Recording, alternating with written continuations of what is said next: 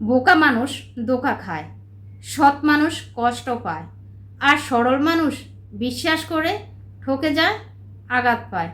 অন্যদিকে স্বার্থপর মানুষগুলো ঠিকই আনন্দে দিন কাটায়। হ্যাঁ, এটাই কিন্তু বাস্তবতা। মূল্যটা সবাই বোঝে, তবে হারিয়ে ফেলার পর থাকতে কেউ মূল্য দেয় না। রেগে গিয়ে চিৎকার করে কথা বলা ব্যক্তির মন ঠিকই সরল হয়, কিন্তু যেই ব্যক্তি রেগে গিয়েও চুপ থাকে এবং হাসি মুখে কথা বলে, সেই ব্যক্তি কিন্তু শয়তানের চেয়েও ভয়ঙ্কর হয়। পর স্ত্রী এবং পরপুরুষ এগুলো কখনো আপন হয় না। এসব শুধুই মরীচিকা।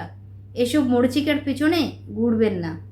এসবের পিছনে যত ঘুরবেন, নিজের জীবন, নিজের পরিবার ততই ধ্বংসস্তূপে পরিণত হবে। নিজের কাছে নিজে সৎ থাকুন, সৎ পথে চলুন, নিজেকে স্মার্ট এবং আত্মবিশ্বাসী করে তুলুন। অন্যদের হাজার কথার বেড়ে একটা কথা বলুন, যেন ওই একটি কথাই হাজার কথার চেয়েও দামি হয়। মনে রাখবেন, জীবনে উপরে উঠতে খুব কম মানুষেরই সাহায্য পাবেন, কিন্তু উপর থেকে ট্রেনে হিসড়ে নিচে নামানোর জন্য মানুষের অভাব হয় না।